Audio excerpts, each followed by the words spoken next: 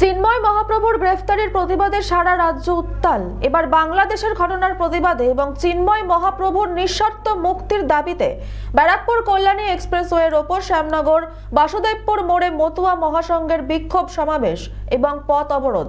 মূলত শ্যামনগর মতুয়া মহাসংঘের সদস্যরা শ্যামনগর বাসুদেবপুর মোড়ে এই অবরোধ করে। বাংলাদেশে মহাপ্রভু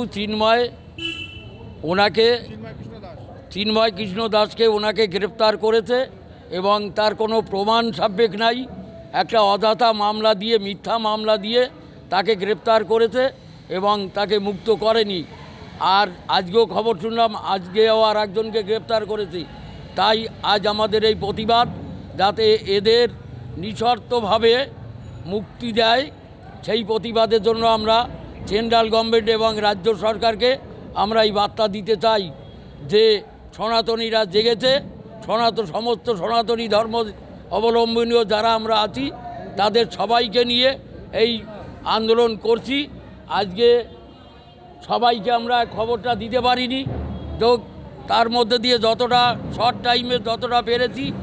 আর যদি এইটাকে যদি কোনো কার্যকারী না হয়, আগামী দিন এর থেকে বৃহৎ আমরা আন্দোলনে সামিল হব সমস্ত সনাতনী ধর্মদের নিয়ে, যাতে ওনাদের নিঃশর্তে মুক্তি দাবিতে। শ্যামনগর থেকে হিমন্ত শেখর ফটোর রিপোর্ট, চ্যানেল 24/7।